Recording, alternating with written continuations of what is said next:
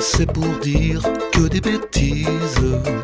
Combien de fois faudra-t-il que je te le dise? Ferme ta boîte à camembert. Ferme ta boîte à camembert. Elle parle tout le temps, elle ne prend jamais de congé. Ah, ça va, oui, allez. Arrêtez de dire des inepties pareilles. Ferme ta boîte à camembert. Là, la séance qu'on a maintenant, c'est une veille pastorale 4K. Hein, je vais vous proposer de monter sur des échasses et de vous donner un espace plus lointain pour comprendre comment on peut être mangé par la technologie ou comprendre ce qui s'y passe. Et comment on va le faire? On va être très terrien. On va prendre un cahier des charges Netflix. Pourquoi Netflix? Parce que Netflix, qui est un nouvel entrant, dicte pas mal de choses aujourd'hui. Par exemple, si vous voulez travailler pour Netflix, à Marseille, il y a des séries qui se tournent pour Netflix, avec de Pardieu, par exemple. Et si moi, je veux être cachère, estampillé ou halal, si vous voulez, estampillé Netflix, et je veux travailler pour Netflix, qu'est-ce qu'il faut? Petit cahier des charges Netflix pour comprendre dans quel espace nous allons nous jeter. Alors Netflix me dit, les caméras doivent avoir un capteur 4K. Ah, mon cerveau gauche est content. Du vrai 4K. Minimum 16 bits linéaires ou 10 bits log. Ok? Bitrate, donc débit numérique à 240 mégabits au minimum. Je dois faire du RAW ou du log, pas de luxe, et toutes les métadonnées. Donc Netflix veut savoir qui a tourné, où j'étais, qu'est-ce que j'ai fait la veille, qu'est-ce que j'ai bu. Voilà, tout ça, ça va être dans le fichier à l'intérieur. Quelles caméras sont cachères? La dernière caméra de Sony, la Venice. Si vous êtes branché et vous êtes en connexion avec des gens de Sony, vous dites Venice. Vous allez avoir des potes. Si vous dites Venice, vous êtes un peu mis de côté. La Panavision DXL, le vaisseau amiral Panavision, donc c'est des grosses caméras. Ok, chouette. Ah, la C300 est cachère. Ah, la Mini Ursa est cachère. Ok, toutes ces caméras-là, bien que pour moi, elles n'aient rien à voir, ni avec la Venice, ni avec la DXL, elles sont cachères. Mais le plus étonnant, c'est que si je reste là-dessus et que j'arrive avec une Alexa, qui est une des caméras de référence aujourd'hui de la fiction sur le marché mondial, c'est pas cachère. Pour faire de la fiction. Donc là, votre cerveau gauche, il explose. Là, c'est des Shadocks, c'est-à-dire je ne comprends pas. Si la Mini Ursa, il y a des gens qui ont des Mini Ursa ou des Blackmagic ici. Donc, laquelle? La 2K5. Ok.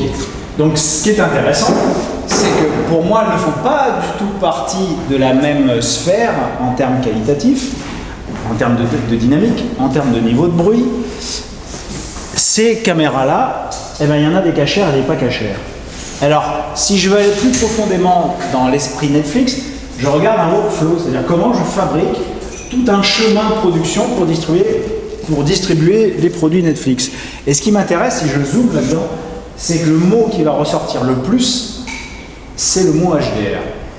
Il me dit de quoi ça parle. Donc, il va y avoir des masters en SDR, citer le Rec 709 qui est donc de la HD, et donc des masters en HDR. Donc ça veut dire que vous, ce qui vous pend au nez dans les mois et années à venir, c'est de pouvoir livrer déjà deux types de médias, des médias dits SDR, Standard Dynamic Range, ou des produits en High Dynamic Range. Donc déjà, vous sentez la tension monter sur la question? Alors on peut se poser la question de savoir, mais est-ce que je vais être obligé de faire ça, de rajouter de la complexité à un monde déjà complexe? En fait, c'est déjà là. Donc, si je regarde aujourd'hui, si je vais sur Netflix, je vois HDR. Dans Netflix, c'est déjà passé à la distribution HDR. Les écrans passent à la version HDR. Les salles de cinéma commencent à expérimenter des solutions, notamment avec Éclair ou Dolby en HDR. Canal Play y est passé. Amazon en vidéo y est passé. Et YouTube distribue des vidéos en HDR. Donc, en fait, le train est déjà parti. La problématique, elle est qu'est-ce que ça m'apporte et à quoi ça sert. Et le lien avec le 4K. Donc pour comprendre tout ça, il faut partir au début. Alors là, c'est soit Michel Chevalet, soit la série Il était une fois, Procidis. Donc là, voilà, comment ça marche.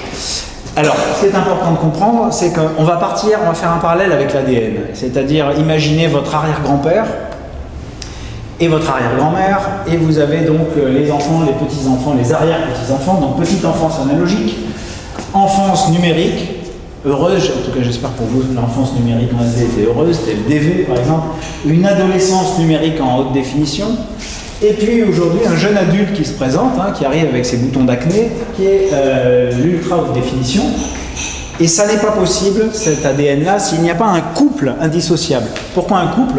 Parce que pour qu'un couple fonctionne, il faut que les deux soient à peu près dans la même sphère intellectuelle, peut-être sociale.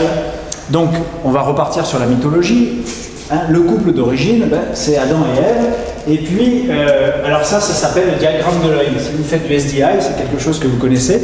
Déjà, dans la Bible, ils savaient qu'on allait faire transiter la vidéo en SDI. Je vous montre ce que ça fait en réalité. Voilà, ça c'est un signal SDI, c'est ce qu'on appelle le diagramme de l'œil. C'est comme ça qu'on fait naître l'arbre vidéo. Et c'est pas possible de penser la vidéo sans ce couple indissociable. Un gamma qui vient d'une sphère particulière, donc le gamma HD, le gamma SD, le gamma Ultra HD, et qui va nous donner donc le contraste et la puissance lumineuse de l'écran. Et de l'autre côté, associé à l'autre partie du couple, c'est-à-dire le gamut, ou le matrissage, ou l'espace colorimétrique, c'est-à-dire la richesse colorimétrique de mon écosystème.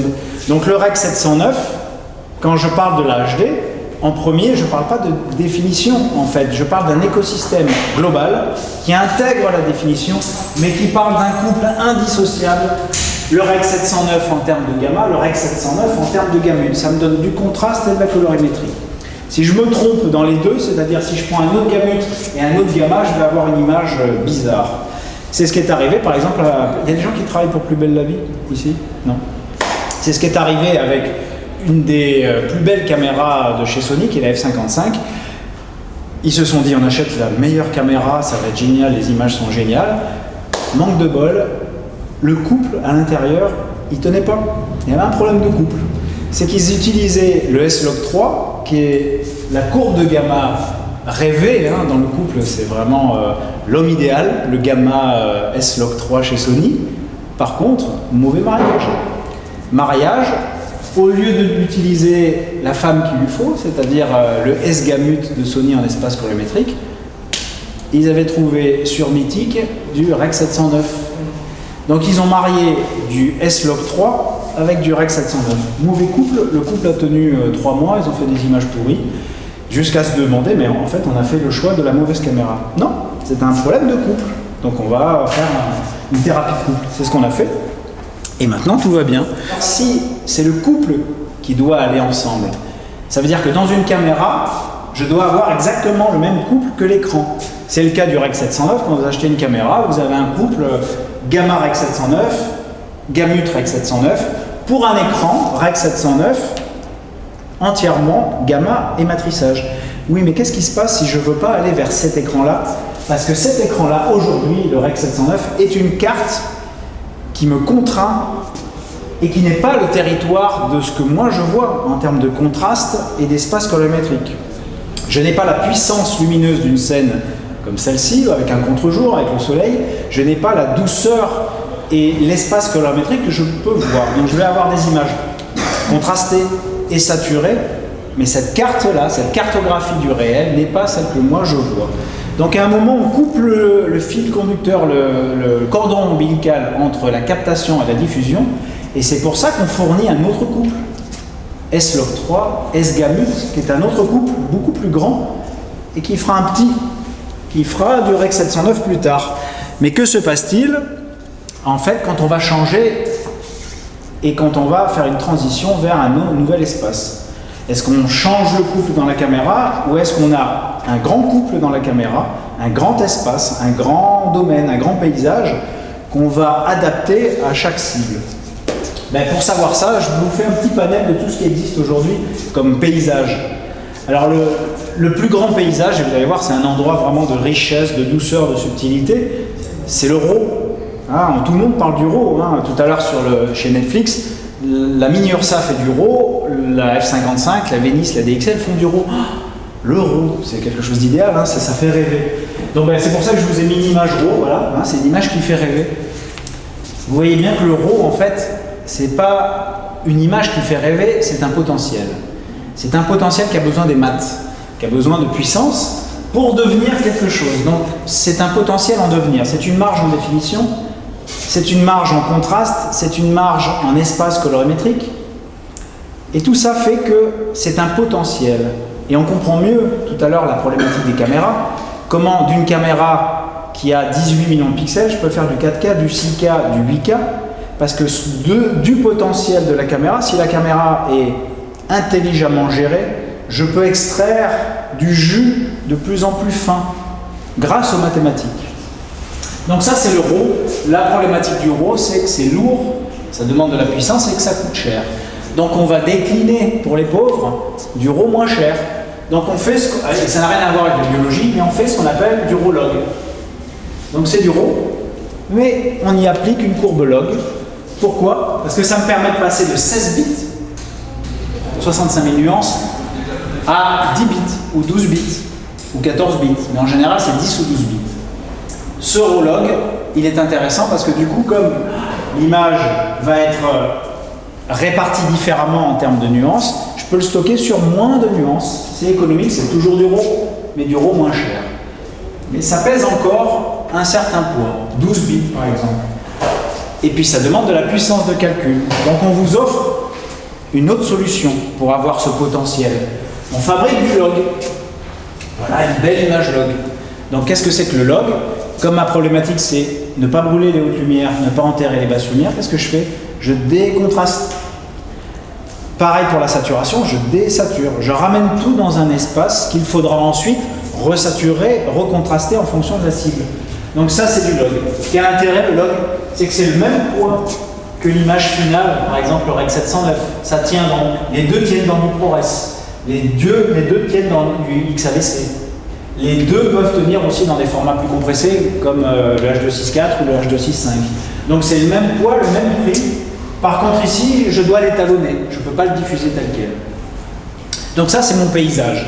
Or, dans la transition qui nous occupe aujourd'hui, la transition ne s'occupe pas du RAW, on n'a pas changé les caméras dans le HDR ou l'Ultra HD. Ce qui change, c'est ça. Donc ça veut dire que si vous avez déjà tourné en RAW log ou en log, on peut changer ici le dispositif de diffusion. Il n'y a pas de problème, il suffit d'adapter l'étalonnage et l'export pour s'adapter au système de diffusion. Donc l'Ultra HD ne parle pas de tout ça. Vous voyez bien que c'est un écosystème. Une chose très importante, le HDR, le High Dynamic Range, qui est utilisé en photographie, est en fait du bracketing en photo, on prend plusieurs poses, c'est pas le RAW vidéo tel qu'on l'utilise aujourd'hui. Pardon, c'est pas le HDR vidéo. Le HDR vidéo, c'est l'exploitation de la dynamique forte des caméras modernes. Une caméra aujourd'hui comme la F55, la Venice ou les autres caméras, ou la F65, on est à 15 stops de dynamique. Alors que les appareils photo, ils sont autour de 9 ou 10 diaphes de dynamique, donc ils ont besoin de prendre plusieurs clichés pour y arriver. Sony offre un RAW sur 16 bits. Donc sur 16 bits, vous avez un grand espace pour stocker ça. En général, les RAW photos, ils sont sur 12 ou 14 bits. Donc le RAW, on y reviendra si vous avez des questions. Aujourd'hui, la problématique, c'est qu'il y a inadéquation, aujourd'hui, entre la captation et la diffusion. La captation encaisse 14 ou 15 diaphes. La diffusion sur un écran Rec 709, on est autour de 8 diaphes à tout casser. Pourquoi? Parce que la norme HD est limitée en termes de puissance lumineuse à 100 candela par centimètre carré. Si vous êtes branché, vous dites des nits. Donc c'est la puissance lumineuse. Mais en fait aujourd'hui, ça ne correspond pas à une puissance réaliste. Et dans la poésie, l'univers onirique des constructeurs, l'asymptote, le fameux syndrome Buzz l'éclair, la télévision tend vers quoi? La télévision tend vers un jour j'ai un écran sur mon mur, je regarde la réalité à travers cet écran, je me pose la question, tellement c'est réaliste, si ce que je vois est un écran de télé ou une fenêtre. C'est ça le rêve, hein, le rêve du cerveau gauche. C'est pas le rêve du cerveau droit. Ça veut dire quoi? Ça veut dire que aujourd'hui, les caméras encaissent beaucoup plus que ce que le dispositif ne me permet de voir. J'ajoute à cette problématique-là quelque chose d'intéressant, c'est si j'achète un téléviseur grand public, et bien en fait, en fonction de la marque, en fonction du modèle, en fonction des réglages, il n'y a pas une image qui est identique avec la même source. Donc ça me pose le problème de savoir qu'est-ce que je regarde en fait. Est-ce que je regarde l'intention du réalisateur, ou du caméraman, ou du monteur, ou de l'étalonneur, ou est-ce que je regarde l'intention du fabricant Samsung, Sony, JVC, et du réglage de M. Darty, de M. Auchan ou de M. Fnac. Donc l'idéal, ben, ça serait d'avoir une adéquation artistique. Donc aujourd'hui, à quoi sert l'euro, à quoi sert le log, à quoi sert le Rec 709 et à quoi sert le 4K et le HDR là-dedans? Mais regardez, un petit exemple. Donc moi je suis utilisateur Sony, j'ai acheté une FS7 et j'ai fait un petit test. J'ai dit ben, faisons du RAW, faisons du log et faisons du Rec 709. Et puis on va l'amener un peu aux extrêmes. Donc je surexpose de 5 diaph, ce qui est beaucoup. Et je regarde le résultat. Du Rec 709 surexposé de 5 diaph, voilà ce que ça donne. C'est pas trop exploitable. Le S-Log 3 à plus 5 diaph, j'ai encore de la matière sur le visage du bébé. Et en RAW, il n'y a pas de problème. Alors c'est toujours aussi moche le RAW, mais comme c'est un potentiel en devenir, pas de problème. Je vais récupérer ce que je perds un tout petit peu sur le visage. Donc voilà vraiment le potentiel à la captation. C'est pour ça qu'aujourd'hui, qu'est-ce qu'on va remplacer? On ne remplace pas ça, on ne remplace pas ça, on va changer d'univers. Et si cet endroit-là n'était plus cramé, si à 100 nits, où toute la luminance vient s'écrabouiller et se faire décapiter, et si j'ouvrais le couvercle et j'autorisais à aller à 200 nits, 300 nits, 500 nits, 1000 nits, 4000 nits, 10 000 nits. Alors c'est le rêve de Dolby. Dolby dit ok, allons jusqu'à 10 000 nits. Et à ce moment-là, vous avez quelqu'un qui s'appelle Jacques Godin, qui était ancien responsable à l'INA, avec qui je travaillais, et qui disait est-ce que les étalonneurs et les monteurs vont devoir porter des lunettes de soleil pour étalonner et pour travailler? Parce qu'à 10 000 nits, c'est aussi puissant qu'un projecteur. Donc ça, c'est la problématique. Et quand on a une problématique, moi, c'est simple, je fais appel à la mythologie. Comme ça règle tous les problèmes.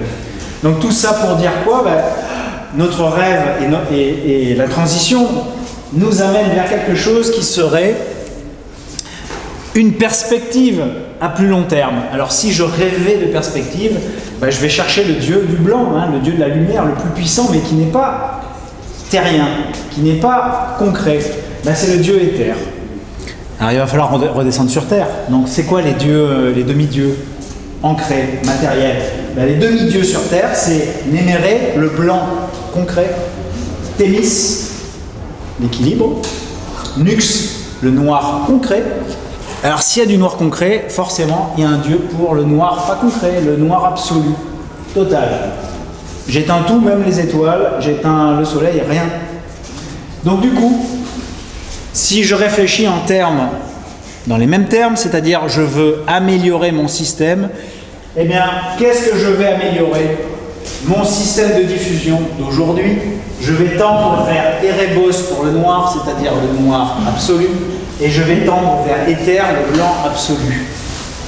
Donc c'est quoi le HDR? Le HDR, c'est ça. C'est mon noir d'avant, qui n'est pas un noir absolu. Je vais aller vers un noir où je peux éteindre complètement l'énergie du téléviseur pour avoir un doute si votre écran il est allumé ou éteint quand il y a du noir.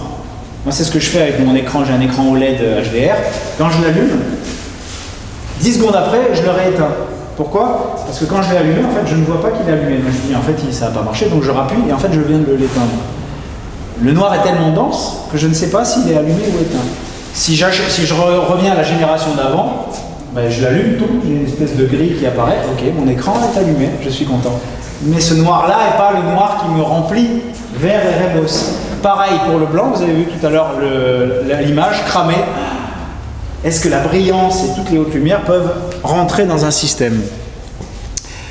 Et du coup, que nous propose l'Ultra HD? Ben, l'Ultra HD, nous propose une nouvelle cartographie du monde et du paysage. Et la première des choses, c'est, alors on ne le voit pas parce que ce projecteur-là n'est pas HDR, n'est pas dans les conditions de noir absolu, donc c'est un peu pourri, mais vous imaginez que ici il y a du noir absolu. Je vais faire du marketing. Alors ce noir est absolument absolu, voilà. Et là vous avez, alors en général on va le trouver sur les écrans plutôt OLED. Pourquoi? Ce qui n'a rien à voir avec Charlie. Oleg, hein, il n'y a aucun lien, c'est pareil. Le noir absolu est en général obtenu par la technologie LED, c'est-à-dire que quand vous avez un rétroéclairage avec une dalle LCD, vous pouvez éteindre l'arrière pour avoir du noir ou tout simplement utiliser la technologie OLED qui permet de générer en même temps la couleur et la puissance. Et c'est ça qu'on va appeler le High Dynamic Range, c'est-à-dire des écrans qui font des noirs noirs et des blancs encore plus blancs. Vers des puissances en nits qui vont atteindre 1000 nits au lieu de 100 nits, 4000 nits, 10 000 nits. Voilà. Et pour que ça soit séparé du 4K ou de l'Ultra HD, on va estampiller certains écrans qui du coup parle d'un écosystème et pas de pixels. On ne parle pas de pixels mais d'un écosystème. On va avoir quelque chose qui va s'appeler l'Ultra HD Premium sur les écrans grand public qui disent je vous garantis que cet écran-là a des noirs plus denses que les autres et des blancs plus intenses que les autres, avec une définition plus importante et un écosystème, c'est-à-dire un espace colorimétrique plus large. Donc qu'est-ce que c'est que la transition dans laquelle on va sauter? Les étages de la norme, c'est oui, il y a de la définition, mais il y a aussi de la quantification, c'est-à-dire qu'on ne peut pas avoir une dynamique plus grande si je reste en 8 bits. C'est pas possible. Donc je dois basculer soit en 10 bits, soit en 12 bits. Donc quantification supérieure, définition supérieure, la cadence va changer. On va passer de 25 à 50 ou à 100 images par seconde. Le ratio hauteur-largeur, par contre, il ne bouge pas. On suit la même lignée que la HD, c'est-à-dire on reste en 16 neuvième. Et l'espace colorimétrique doit changer. On ne doit pas avoir la même saturation, pas le même espace colorimétrique. Tu voulais dire quelque chose? Alors tout ça, ça fait partie d'un écosystème. Et vous voyez qu'en fait, on ne focalise pas sur la définition. C'est l'écosystème complet. Donc qu'est-ce que c'est que cette nouvelle norme Ultra HD? Parce qu'en fait, le 4K, c'est la même manière que le marketing utilise la même confusion qu'on utilisait quand la stéréoscopie est arrivée dans les salles de cinéma. Normalement, le vrai mot pour faire du relief, on va dire visuel, c'est faire ce qu'on appelle de la stéréoscopie. Le problème, c'est qu'on fait ça depuis 1890, et donc ça faisait pas super Jones. Donc ils ont dit, ouais, mais 3D c'est mieux. Oui, mais 3D, c'est pas de la 3D. C'est pas grave. Allez, on fait les deux. On appelle ça de la 3D stéréoscopique. C'est validé par la CST et la FICAM. On dit, bon, allez, c'est sexy et en même temps, c'est vrai. On ne triche pas trop. Ben là, c'est pareil, c'est les fabricants ont tendance à foutre du 4K partout parce que 4K, c'est en or, c'est beau, donc ça attire. Mais en fait, en télévision, la norme est en Ultra HD. On va voir juste derrière ce que c'est que le 4K. Pareil, Ultra HD parle en fait d'un écosystème télé, 4K parle d'un écosystème cinéma. Donc c'est un package. On va parler d'une définition qui est le double en horizontal et le double en vertical de la HD. On va parler d'un ratio qui est identique, c'est le seul point commun. On va parler de cadence à 25p, 50p ou 120p. Dans une première phase, on va tolérer les 8 bits et 10 bits, c'est-à-dire que la plupart des écrans sont quand même encore en 8 bits, donc il faut écouler les stocks. Une courbe de gamma qui ressemble beaucoup à la courbe de gamma Rec 709. Un gamut ancien en attendant d'arriver à des gamuts Rec 720 avec des écrans plus larges, plus chers. Et puis des tuyaux HDMI qui sont adaptés à cette définition-là. Si vous me dites oui, mais alors vous dites que le 4K c'est pas ça. Ben, le 4K c'est quoi? Le 4K c'est un écosystème cinéma, c'est-à-dire que la définition c'est une matrice qui fait 4096 sur 2160, mais en fait ça ne veut rien dire. Il faut savoir quel est le ratio hauteur-largeur de la source. Est-ce que j'ai tourné en scope, en flat? Et du coup, ben, si je suis en 2K, je vais avoir une source qui est en 2048 sur 858 pixels. Donc par exemple, quelque chose d'intéressant, la majorité des longs métrages aujourd'hui pour un problème économique est masterisé en 2K sur le chemin du 4K. Donc quand vous voyez écrit 4K sur une salle de cinéma, vous rentrez, vous asseyez, je suis dans une salle 4K, donc vous pouvez faire la nique à votre voisin qui habite Clermont-Ferrand, qui a un écran 2K, et vous regardez un film qui a été masterisé en 2K. Vous voyez, donc en fait, ça ne sert à rien de se focaliser sur ça. L'espace colorimétrique est un espace qu'on appelle P3, non pas en RGB, mais en XYZ, qui est un espace qui ressemble au diagramme de chromacité de 1931, c'est-à-dire la vision de l'humain, et qui est ramené en P3 à chaque fois qu'on projette un film, c'est-à-dire on stoppe dans un espace qui est l'œil humain, et on le ramène dans l'espace couleur du projecteur. Donc si on change le projecteur, quand on va le ramener à un projecteur plus large, on aura un gain de qualité. On a de l'audio qui est non compressé, on est sur 12 bits et on est en 24 images par seconde ou 48 si on est en high frame rate, c'est-à-dire en HFR, au double. Donc ça n'a rien à voir, l'écosystème n'a rien à voir.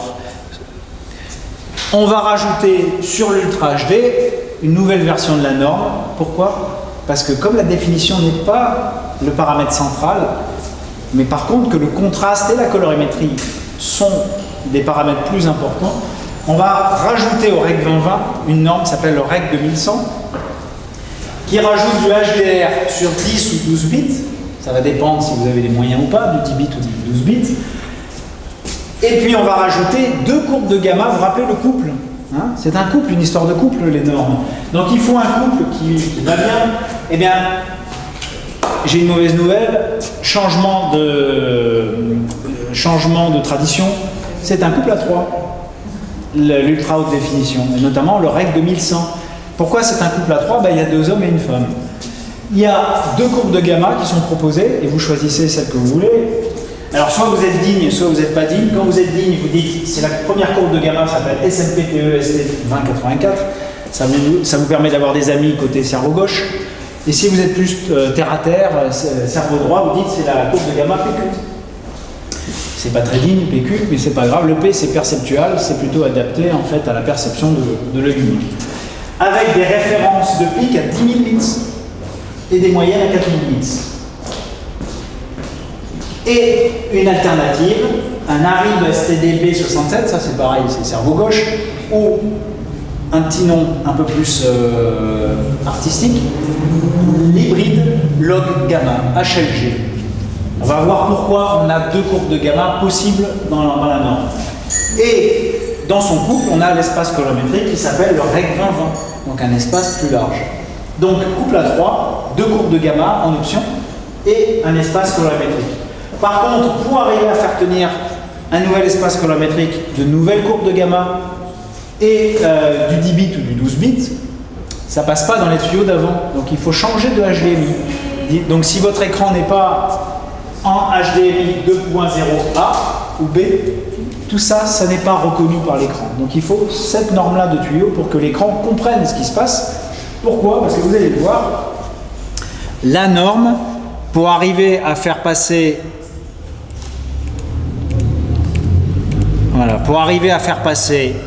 l'information, je ne peux pas envoyer du 16 bits à mon écran en TNT ou en satellite, donc il va falloir comprimer tout ça. En vidéo, pour comprimer les hautes lumières et les basses lumières, on n'a pas trouvé mieux que le log. Donc du coup, qu'est-ce que la courbe PQ? C'est une courbe log destinée à être transmise. Par contre, quand on arrive au téléviseur en HDR, que va faire le téléviseur? Il va comprendre que c'est du HDR, que c'est une courbe log et qu'il faut la déloguer pour recontraster la courbe. Donc ça veut dire que le téléviseur doit être intelligent. Il doit détecter que c'est du HDR et en plus il doit déformer la courbe pour rendre un certain contraste. Donc ça veut dire quoi? Alors je vous l'ai mis, j'ai fait il y a un super site internet qui vous permet de fabriquer des luttes. Et vous mettez l'espace colorimétrique et la courbe de contraste à l'entrée et vous mettez la destination et vous fabriquez la lutte. Ça s'appelle lutte calque. Vous tapez ça sur Google, il y a quelqu'un qui a en septembre là, de cette année qui a fait un site qui vous permet de fabriquer des luttes de conversion. Donc je vous ai fabriqué une petite lutte de conversion. Voici le S-Log3 fabriqué par Sony. Si j'applique une courbe de conversion, je vais obtenir en fait la courbe PQ qui est ici, vous voyez, qui est plus sombre. Donc cette courbe PQ, elle va être transmise par voie hertzienne, par voie satellitaire ou par câble HDMI ou HDSDI. Le téléviseur va automatiquement ou manuellement, ça dépend. En professionnel, ça peut être manuellement. En grand public, ça devra être automatique. On va voir que c'est pas si simple. Pas si simple.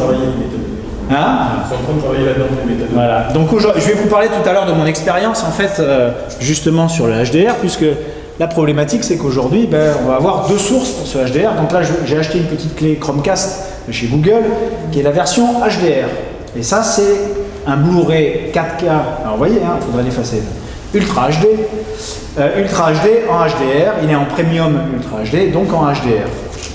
Donc ça veut dire que si la petite clé et lui sont reconnus par l'écran, je vais déloguer la courbe PQ et recontraster les blancs, recontraster les noirs. La problématique de ça, c'est qu'il faut de l'électronique dans l'écran. Et il faut que les fameuses métadatas qui disent attention, je suis en HDR, attention, je suis en 10 bits, attention, je suis en 12 bits, attention, j'utilise PQ, attention, j'utilise l'autre gamma. Il faut de l'intelligence. Qu'est-ce qui se passe s'il n'y a pas d'intelligence? Qu'est-ce qui se passe si je n'ai pas un écran HDR? J'ai une image dégueulasse, décontrastée, désaturée. Donc du coup, pour le direct, par exemple, il me faudrait quelque chose de plus simple, ou d'hybride, c'est-à-dire une courbe qui serait un mélange entre une courbe de gamma normale qui ressemblerait à du Rec 709, qui fonctionnerait en Rec 709, qui fonctionnerait en Ultra HD non HDR, donc SDR, et qui fonctionnerait aussi en HDR. Mais du coup, les écrans HDR, ils reconnaîtraient ça par les métadatas et ils recontrasteraient la courbe. Et les autres écrans, qu'est-ce qu'ils feraient? Ils afficheraient une image qui, grosso modo, serait potable, ressemblerait à quelque chose de visible sur Terre. Donc du coup, c'est plutôt la BBC et la NHK qui ont développé en fait une courbe hybride, moitié Rec 709, moitié log. C'est ce qu'on appelle le HLG. Pour les 70% du bas de la courbe, on suit le chemin du contraste du Rec 709, plus ou moins, et arrivé dans les brillances et les hautes lumières, on va ressembler à une courbe log.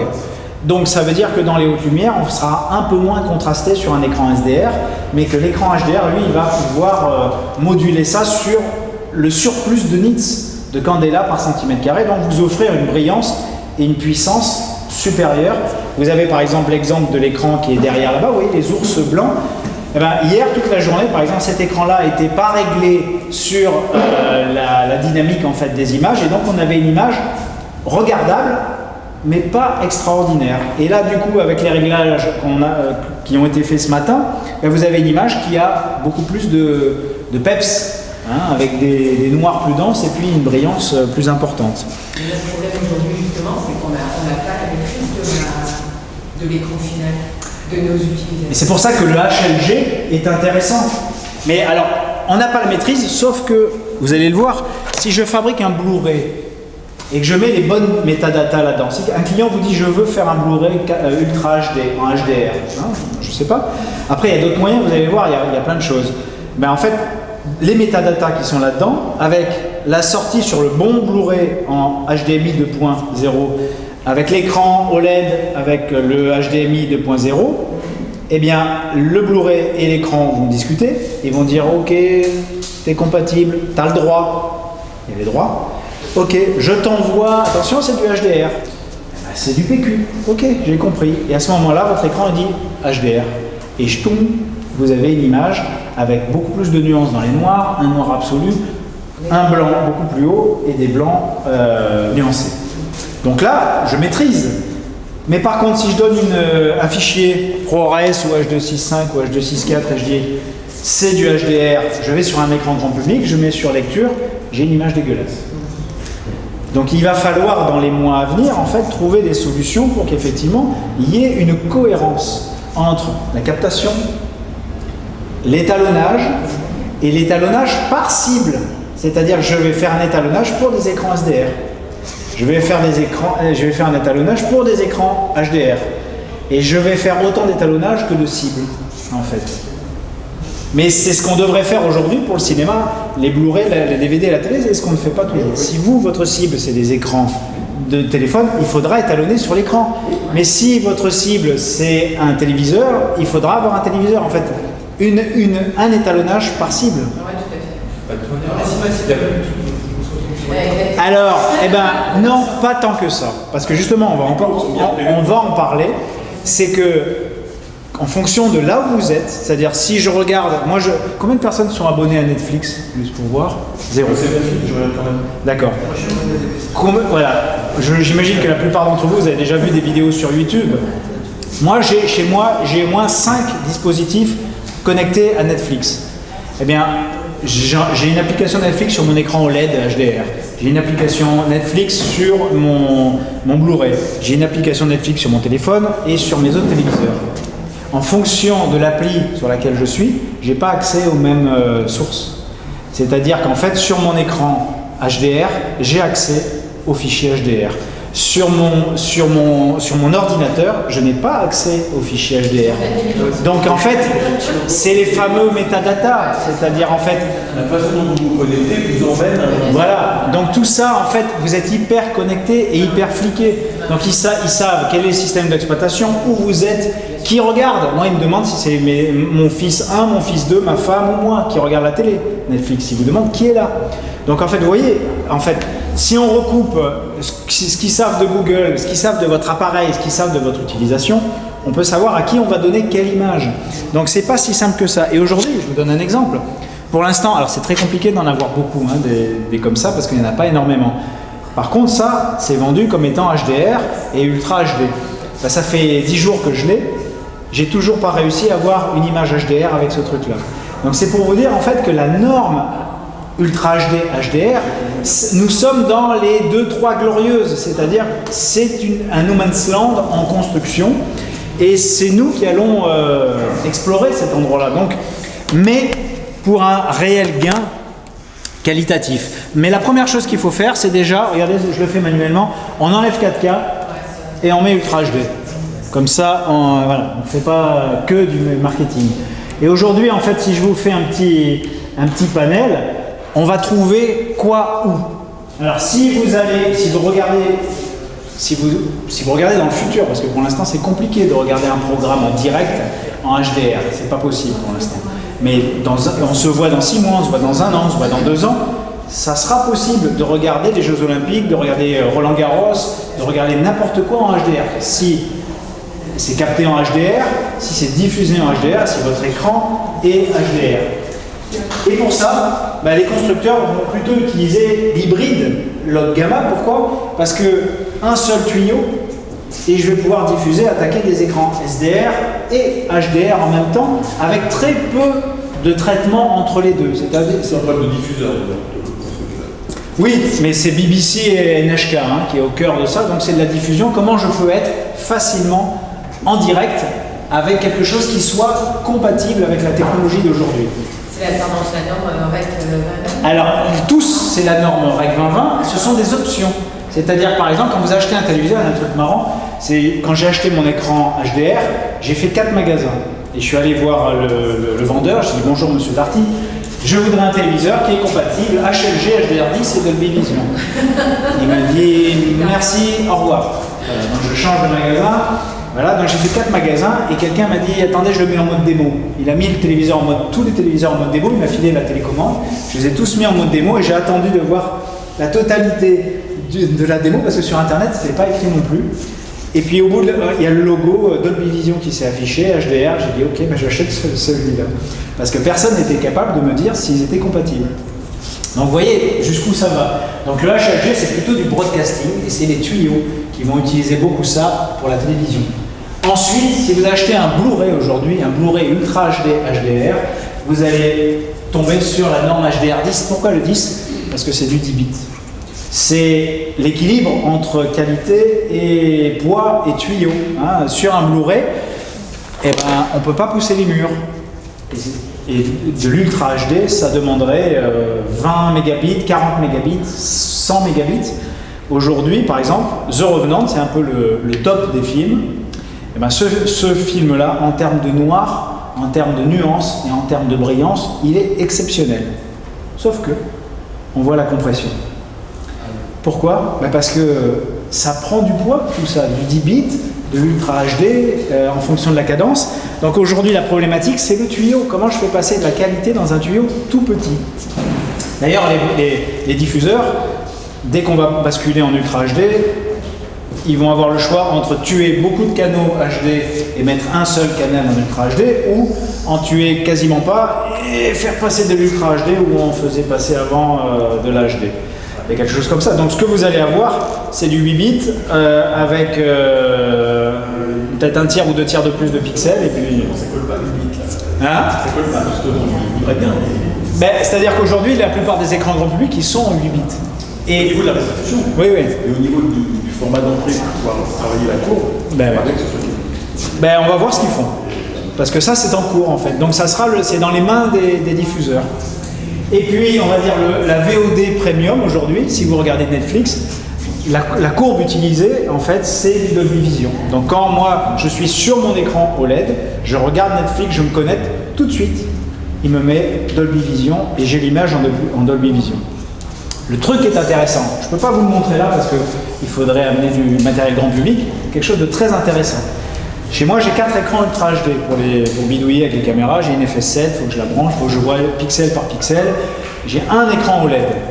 J'ai Netflix, j'ai 2 Netflix SDR et un Netflix HDR.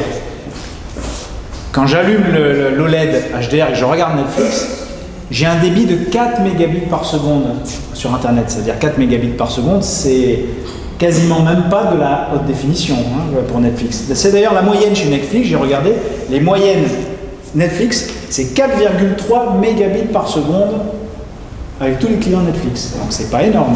Ça veut dire quoi? Ça veut dire que ce que j'ai comme expérience, avec moins que la haute définition, me fait dire aujourd'hui que j'ai plus du tout envie de regarder le Netflix sur les écrans SDR.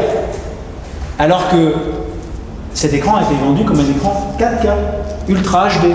Sauf que l'expérience, moi, en tant qu'observateur, en tant que spectateur, je rentre dans l'expérience cerveau droit, émotion, sensation, mythologie, onirisme.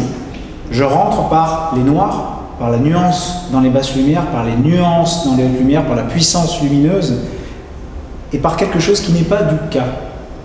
Et je me rends compte en fait que dans cette expérience-là, le cas n'existe plus. Je suis dans mon émotion, je suis dans ma sensation, je suis dans le récit. Et que quand on raconte une histoire et quand on fabrique des images, le cas intervient. Mais c'est un paramètre comme les autres, et qu'il y a d'autres paramètres comme le contraste, comme le niveau noir, comme le niveau de blanc. Et que donc cette expérience-là est une expérience en fait qui change de manière importante l'expérience audiovisuelle. Mais si je cumule cette expérience-là avec un noir profond, des nuances profondes, des blancs lumineux et de la nuance dans les blancs, plus de l'ultra haute définition, plus une cadence différente, plus un espace colorimétrique riche, l'expérience est d'autant plus importante. Et vous voyez bien qu'on parle d'un écosystème, pas du nombre de cas. Donc à chaque fois qu'on parle du nombre de cas, on se trompe. Ramenons ça en fait à un écosystème global. Et aujourd'hui, pour rien au monde, c'est-à-dire que je vais dans mon bureau pour aller voir Netflix, c'est-à-dire que maintenant sur mon écran HD SDR, quand je regarde les films Netflix, je dis mais quelle merde! Parce que dès qu'il y a des noirs, en fait, c'est gris. Dès qu'il y a des nuances dans les basses lumières, en fait, j'ai des effets de seuil avec des escaliers à 4 mégabits par seconde. Je change de dispositif, je me mets en HDR, j'ai plus d'effet de seuil, j'ai des noirs vraiment noirs, et mon cerveau ne me dit pas ça pixelise ou ça pose un problème, non, je suis dedans. Donc vous voyez bien qu'en fait, je nourris mon cerveau droit et plus mon cerveau gauche. Je ne me pose plus de questions avec ma calculatrice. Est-ce que je suis en 4K, en HD, en SD? Ça pourrait être en SD, en HDR, que mon expérience serait plus forte que de l'Ultra HD en SDR. Vous voyez, ça pourrait, si je vais dans les extrêmes, ça pourrait être quelque chose comme ça. Je vous ai fait des petites captures. On s'approche de la fin de ma présentation. Donc, je vous fais, pour ceux qui sont des habitués du signal et de l'oscillo et de l'image de la captation et de la diffusion, j'ai fait 4 captures d'écran.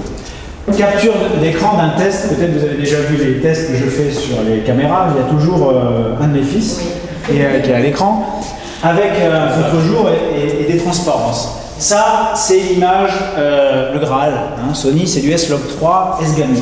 J'ai quelque chose de très fade, de très désaturé, c'est paradoxal de dire c'est le Graal, parce que j'ai récolté le plus de matière. Je ne perds rien en brillance, je ne perds rien en contre-jour, mais il va falloir que je passe par les cases étalonnage. Ça, c'est le S-Log 3. Je change. Je vous montre l'image en PQ. Voilà l'image en PQ. Donc, imaginez quelqu'un. Ça, c'est la courbe HDR. PQ. C'est-à-dire que si j'ai un téléviseur SDR et que j'envoie une courbe PQ, le téléspectateur il regarde ça. En général, il se barre. Hein, il reste pas, il dit c'est dégueulasse. C'est pas dégueulasse, c'est une courbe log qui doit être déloguée. Donc il faut de l'électronique et il faut tout un écosystème qui va avec. Donc il faut toute une chaîne HDR. Je vous montre maintenant le Rec 709. Ah, ça va mieux. C'est contrasté et saturé. On est sur un bon écran HD avec une bonne courbe qui sature et qui contraste. Ok. Le ménager et la ménagère de 20 à 70 ans, ils peuvent regarder l'image en disant ok, c'est contrasté, saturé, je comprends ce qu'il y a. Et la proposition alternative qui va proposer du contraste et de la saturation tout en gardant des hautes lumières et de la brillance, c'est le HLG. Vous voyez que je conserve en fait mes brillances, je conserve l'arrière et j'ai une image qui peut se regarder, qui est un tout petit peu plus fade qu'une image SDR normale, mais qui est potable. Alors dans les caméras chez Sony, vous avez notamment ici deux caméras qui sont déjà sur le chemin du HDR. Vous avez la FS5 là-bas et la Z90 qui est là. La Z90, quand vous l'allumez, que vous dites je veux le couple indissociable HLG et Rec 2020, vous propose une lutte qui va corriger le signal de sortie en HDMI et qui va déloguer l'image pour vous la rendre plus contrastée et plus sexy. C'est l'image qu'on voit là-bas, vous voyez, sur l'écran. Vous voyez que l'image, elle est contrastée et saturée. Or, la caméra enregistre en HLG. Donc, elle va conserver plus de nuances dans les hautes lumières, plus de densité dans les basses, pour le stockage. Mais par contre, pour la diffusion, on a des hybrides log. Hein, parce que c'est pas tout à fait un log, c'est un hybride log. Donc, on va pas tant gagner en nuances dans les basses. Par contre, on va gagner dans les brillances et dans les hautes lumières. Alors sur le banc de montage, ça c'est très important ce que je dis. Si vous montez sur un logiciel qui ne connaît pas le HDR, il vous faut un saut pour vomir, hein, quand vous étalonnez ou pour monter, parce que votre image elle sera comme le PQ. Ou au pire, si vous êtes en HLG, vous verrez ça. Si vous avez un écran HDR et un logiciel qui comprend le HDR, comme Resolve par exemple, et comme tous les éditeurs vont faire, dans Resolve, vous dites, attention, dans mon écran sur lequel je regarde mes images est un écran HDR. Donc qu'est-ce qu'il fait? Il applique une lutte sur la sortie HDMI ou HDSDI et il vous recontraste et resature votre image. Donc quand vous êtes en train d'étalonner, vous voyez le résultat sur un écran HDR. Si vous n'avez pas d'écran HDR, vous dites attention, je travaille sur un écran SDR et il applique une lutte. Donc c'est ce que disait tout à l'heure Jean-Yves, c'est-à-dire que vous allez pouvoir, en fonction du moniteur et de votre cible, adapter une lutte qui convertit l'information en la rendant sexy, contrastée et saturée. Et si je viens pas Resolve, Pardon, j'ai pas compris. Resolve, c'est des proxys. Ouais, Alors, une autre solution, si j'ai rien, écoutez, non mais c'est simple, si j'ai rien du tout, je monte par exemple en S-Log3 S-Gamut ou en RAW, dans un espace le plus large possible, je fais mon étalonnage sur un espace Rec 709, d'accord? Et à la fin, une fois que je vais masteriser à l'export mon image, eh bien, je vais appliquer une courbe de conversion, c'est-à-dire je vais basculer soit en PQ, soit en HLG. La problématique, c'est que je ne verrai pas le résultat final. Je fais confiance aux dieux Erebos et je sais plus celui-là. J'ai des pertes de mémoire, c'est l'âge. Voilà, donc en fait, voilà pour en tout cas les gens en captation, en production, voilà votre espace. Et vous voyez bien, en fait, la différence en termes de puissance du log.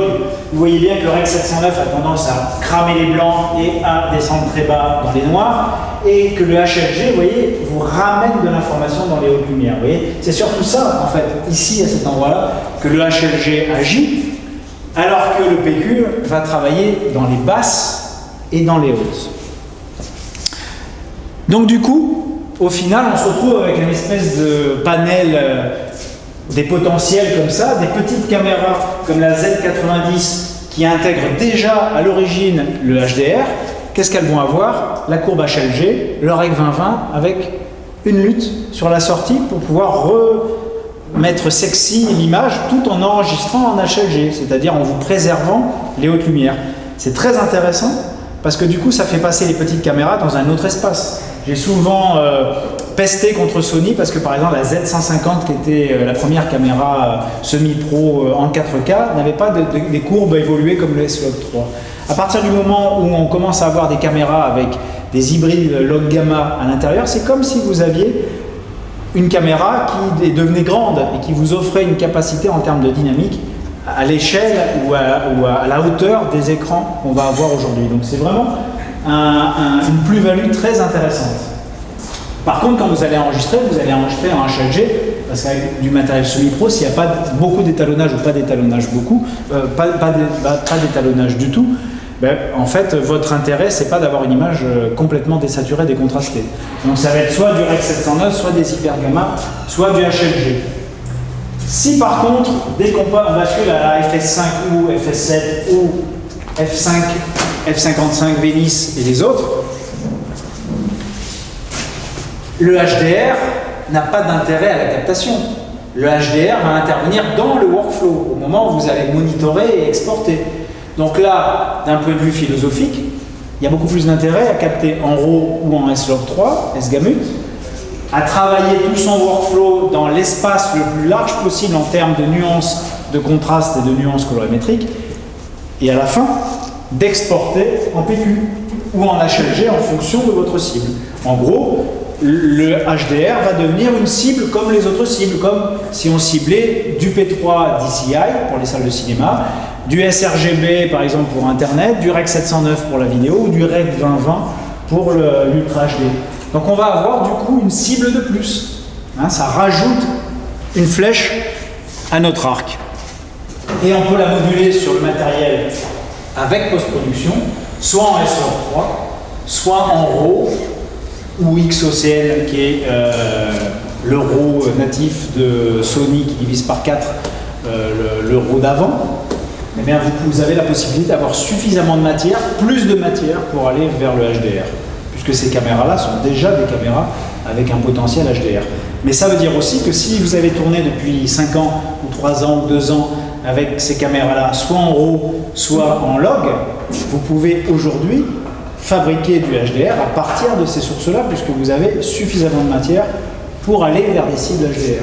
Donc c'est aussi, le HDR ne demande pas à changer de caméra. Le HDR demande à avoir une certaine quantité de contraste et de colorimétrie. Oui. Ça va utiliser quoi là, par exemple la couche verte du RAW ou pour extrapoler pour avoir cette attitude? Mais c'est déjà là, c'est-à-dire en termes de dynamique. Quand tu es sur 16 bits, en gros, 16 bits c'est le container. On va dire que le RAW Sony va utiliser 14,5 bits. Donc ça veut dire que, alors 10 bits 1024, 2048, 4096, 8000, 16000. 16 000 nuances. 16 bits, c'est plus. Oui, mais il n'y a pas 16 bits. On est sur 14 en plein. Donc ça veut dire qu'en fait, on est autour de 20 000 nuances. Il y a déjà 20 000 nuances comparé à des 8 bits en 256. Donc on a suffisamment de nuances pour le RAW pour aller vers du HDR. Donc c'est pas un problème d'extrapoler. Ça fait des années que les caméras sont déjà, on va dire, les caméras qui font du log avec un capteur qui, si on parle de la Mini Ursa, on n'est pas dans cet endroit-là. Hein. La Mini Ursa, il y a des tests, si vous allez sur mon site savoirnumérique.com, il y a un petit test entre une FS7 et une Mini Ursa, et on s'aperçoit par exemple qu'il y a une valeur toutes les 4, une nuance toutes les 4 valeurs dans le fichier RAW. C'est-à-dire vous divisez par 4 la matière du RAW. Et on s'aperçoit par exemple chez Blackmagic, il n'y a aucun intérêt quasiment à faire du RAW, parce qu'il y a autant de nuances dans le RAW que dans le log, donc autant faire du log. Et en plus résolvent des bayeristes très mal le RAW de Blackmagic. Donc du coup... Mais les noise très bien. Hein, pas mal. et le log est super bien, avec la limite de la dynamique en fait des capteurs. Ça veut dire quoi? Ça veut dire si j'ai un très bon capteur, si j'ai tourné en RAW ou en log, je peux déjà aujourd'hui changer mon étalonnage pour faire du HDR. Et si aujourd'hui j'achète une caméra pour faire du HDR, eh ben, je vais avoir le choix. Soit je fais directement du HLG pour de la diffusion quasi directe, hein. C'est comme si vous avez quelqu'un qui attend derrière votre tournage, qui dit vite le fichier pour que je le diffuse maintenant. Hein. C'était l'ancien Rec 709 en fait. Alors c'est un hybride, c'est-à-dire c'est un Rec 709 plus. Oui, on est d'accord, mais quand avant tu tournais sans avoir à étalonner, tu tournais en Rec 709. C'est ça, c'est l'équivalent dans la sphère, c'est du direct. Hein. Voilà, là on passe au HLG pour finalement, éventuellement, pour les HDR et le HDR. C'est un compromis de transition qu'on On trouvait. trouve des normes que tout le monde respecte. Oui, oui. Quand tous les télés sont limites, Oui. le problème se posera. Comme il y a vraiment une exception, quand tu fais podcast, c'est Tous les téléviseurs vont intégrer le HLG comme étant la référence de base pour recevoir un signal de télévision. D'accord. Pardon ? Dans un an, on aura une norme qui sera posée, qui sera différente de la GSM. Je vois pas dans le secret des dieux, mais dans les mois à venir, effectivement, les constructeurs vont se mettre d'accord pour qu'il y ait une norme qui tienne la route, pour que quand quelqu'un appuie sur un serveur vidéo quelque part, appuie sur le bouton play, que tout le workflow qui vient jusqu'à votre téléviseur fasse que votre téléviseur bascule en HDR, comprenne la courbe, la recontraste et vous l'affiche avec une plus-value dans les noirs, une plus-value dans les blancs et une plus-value dans l'espace colorimétrique. Donc, pardon, quand tu parles justement de la FS5, justement, qui est pas, a priori, compatible directement sur le HDR, si tu tournes en S-Log 3, on va pouvoir, tu vas choisir, tu vas pouvoir faire soit du HLG si quelqu'un est derrière dit t'as FS5, vite, il faut que je le diffuse, tu vas pouvoir enregistrer en HLG, pas de problème. Et si quelqu'un te dit on n'est pas pressé, on va aller en post-prod, on va faire un petit peu d'étalonnage, on va remonter, on va redescendre un peu les blancs, tout ça, puis on a plusieurs cibles, je veux faire du DVD, je veux faire du web, je veux faire de la télé, pas de problème, je vais en S-Log 3, j'enregistre en S-Log 3 et je fais mon étalonnage comme avant. Sauf que si à un moment quelqu'un dit ah oui mais t'as oublié le HDR, pas de problème, je fais un étalonnage pour le HDR où j'applique une lutte qui va me convertir le S-Log 3 en PQ. Si je fais par exemple du DVD ou du Blu-ray, pas du DVD, du Blu-ray, et si je fais de la télévision, de la diffusion broadcast, je vais appliquer un HLG. Donc en fait, c'est pour ça que c'est important. La cible de diffusion est primordiale. En général, quand les gens me disent voilà, j'aimerais bien faire un film comme ça, je dis c'est quoi ta cible de diffusion? Tu vas sur quoi? Sur Internet, sur le web, sur du téléphone, sur... Parce que ça, déjà en termes de workflow, ça va avoir une incidence sur la réflexion globale. Ça va? Donc, c'est pour ça que des caméras comme par exemple la FS7, la F5, la F55, la F65 et la Venice, vous pouvez choisir sur chaque signal de sortie si vous laissez passer le signal tel que vous l'enregistrez ou si vous appliquez une lutte. Et on va pouvoir avoir des luttes de monitoring, c'est-à-dire si j'ai un écran HD, SDR, si j'ai un écran Ultra HD, SDR, si j'ai un écran Ultra HD, HDR, je vais appliquer une lutte différente et avoir un rendu différent qui va satisfaire le réalisateur, le client, les gens qui sont autour et qui vont pouvoir être tranquillisés. Si vous envoyez une courbe S-Log 3 à un client directement ou PQ ou HLG, ils peuvent se dire elle manque un peu de... Alors, après vous faites du cerveau gauche. Ne vous inquiétez pas, c'est du S-Log, donc c'est normal, c'est du S-Gamut, voilà. Et puis là, vous êtes dans le hamster, vous passez des heures et des heures. Mais l'expérience, elle n'est pas là. Donc tout ça pour dire qu'en fait, soit vous récoltez, pas pour l'expérience, mais pour le workflow, soit vous diffusez, et là, il y a besoin d'une expérience. Donc là, j'ai besoin de corps, j'ai besoin d'émotions, j'ai besoin de sensations, j'ai besoin de raconter une histoire. C'est pas le même endroit. Le S-Log, ça parle le cerveau gauche. Oui, workflow, étalonnage, contraste, dynamique, nuance. L'image telle qu'elle va être diffusée, elle parle au corps, à l'émotion, et elle va ailleurs. Donc, c'est juste d'être conscient de ça, et les luttes, elles sont là pour le cerveau droit, justement. La partie technique pour le cerveau gauche. Soit vous êtes récoltant, agricole, vous récoltez des pixels. Vous ne faites pas une image définitive, vous récoltez des pixels pour avoir le maximum de matière et pour l'amener dans le laboratoire qui est l'étalonnage et le montage. Soit vous faites une image définitive, fabriquée, prête à être diffusée. Le custom est là, le ciné-EI est là. Donc le ciné-EI, c'est quoi? Je bloque tout pour avoir l'espace contraste le plus large, l'espace colorimétrique le plus large. En bloquant quasiment le maximum de choses. Donc c'est comme si vous aviez un RAW. Et le RAW, on va dire, le RAW c'est quoi? C'est du diaph et du point. Point. Tout le reste, on va le fabriquer en labo. Le log, il y a un peu plus de décision puisqu'on va faire du matrissage le moins possible, on va saturer le moins possible, on va contraster le moins possible, donc il y a des choix déjà qui sont opérés, mais le moins possible. Donc le log, vous avez soit le choix Sony historique, dans l'ADN Sony, c'est le S-Log 2, qui est une courbe différente du marché, et puis Sony, à un moment, a dit le marché est quand même beaucoup... Voilà. C'est un écosystème où il y a beaucoup de log-C, Harry, Alexa, donc en fait le S-Log 3 c'est quoi? C'est une adaptation au marché pour avoir quelque chose de standard. Donc aujourd'hui, moi par exemple, quand je suis dans Resolve, j'ai une FS7, je tourne en S-Log3 S-Gamut, et je joue avec toutes les luttes ARRI, parce que je sais qu'elles sont très proches, et que du coup en termes colorimétriques, en termes de contraste, j'ai les luttes dédiées à Sony, les luttes dédiées à ARRI, et ça m'ouvre un panel plus large. Donc c'est toujours une problématique d'ouverture à du plus large. Donc le S-Log3, c'est aujourd'hui ce qu'il y a de plus ouvert et de plus large en termes de choix de captation. Donc... Pardon, mais c'est ce que tu disais tout à l'heure, excuse-moi, je reviens très tard. Vas-y. Quand tu dis S-Log2 ou S-Log3, en fait, il ne te règle pas tes deux paramètres finalement. Si, parce que juste en dessous, en fait, tu as le choix du couple. Tu as S-Gamut et S-Gamut 3, voilà. D'accord. Tu as la ligne du dessous, tu as l'association. Mais il suffit de regarder après sur un... Vous allez sur... moi j'ai un site qui s'appelle savoirnumérique.com où je teste les caméras.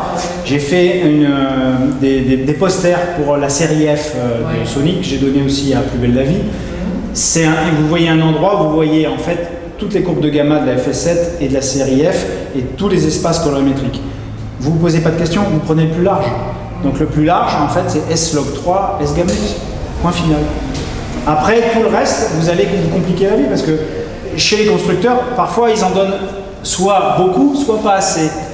Et nous, on cherche tous à avoir des intermédiaires, mais ils ne peuvent pas faire une caméra par personne. Donc, moi, ce que je fais maintenant, c'est je ne fais plus que des luttes. C'est-à-dire, je mets la caméra, voilà, S-Log3, S-Gamut, et j'ai, à tout casser, 4 luttes. 4 pour changer la colorimétrie ou pour changer le contraste. C'est juste pour du monitoring. Mais si quelqu'un me dit il n'y aura pas d'étalonnage, je cuis la lutte. Je ne vais plus jamais en custom. Plus jamais en custom. Parce qu'en plus, ces caméras ne sont pas des caméras WYSIWYG. What you see is what you get, c'est le custom. Ce n'est pas des caméras du tout faites pour ça. Donc en termes de signal, si par exemple, je vais dire n'importe quoi, mais je prends une lutte qui existe en custom et en ciné-EI, j'ai plus de nuances en ciné-EI qu'en custom. Parce que ça va passer par une telle usine à gaz côté custom qu'en fait mon signal est dégradé. Notamment, je vais récupérer beaucoup de détails, de signal de contour, en termes de colorimétrie. C'est ce qui arrive, c'est aussi un peu la différence entre la FS5 et la FS7. C'est-à-dire que sur la FS5, vous n'avez pas de mode de cerveau coupé. Vous êtes toujours en gros dans un mode custom où vous choisissez S-Log3, S-Gamut. Et parfois on a du mal en fait à matcher. J'ai eu un tournage comme ça où l'étalonneur a eu du boulot pour matcher la FS5 et la FS7. Pourquoi? Parce que le cerveau n'est pas coupé en deux sur la FS5, mais il est coupé en deux sur la FS7. Ça veut dire quoi? Si je veux avoir le maximum de matière en tant qu'agriculteur de pixels, je ne me pose pas de questions. Ciné-EI, S-Log3, S-Gamut, et je mets une lutte que j'ai fait moi 5 minutes avant sur Resolve, ou 1 heure avant, ou la semaine d'avant, avec mon intention artistique pour ma cible. Je ne peux pas dissocier mon intention artistique de ma cible. Voilà, donc j'ai un écran HDR, j'ai un écran SDR, je fais ma lutte, je la donne à manger à la série F, et je dis ok, soit c'est mon image de référence pour le monitoring, soit un client vient et me dit je peux pas, j'ai pas l'argent, pas de problème, je cuis. Je cuis la lutte et je lui donne le fichier, tu peux regarder tout de suite. J'ai plus de dynamique, j'ai un contraste plus doux et j'ai une image très chouette. Parce que ce ne sont pas des caméras pour faire du WYSIWYG. L'électronique qui est dedans, en plus c'est des caméras depuis quelques années très peu chères par rapport aux caméras. On avait des caméras à 250 000 ou 300 000 euros en cinéma. On a des caméras de 5 000 à 25 000 ou 35 000 euros aujourd'hui. Donc l'électronique est la plus légère possible. Donc le ciné-EI, ce sont des caméras pour récolter de la matière. Vous n'allez pas faire du news avec une F55, mais c'est difficile de faire du cinéma avec une Z90. Donc en fait, c'est adéquation entre mon intention artistique, ma cible et les outils. Et la compréhension de cette usine à gaz. Parce qu'il y a quelque chose qui est de l'ordre de la complexité, entretenue parfois par les fabricants. Donc nous, il faut zigzaguer, prendre ce qui est le meilleur et nous adapter pour arriver à faire ce qu'on veut en intention artistique. Et on y arrive, mais ça demande effectivement à être bien éveillé, bien réveillé. Voilà, j'ai fini.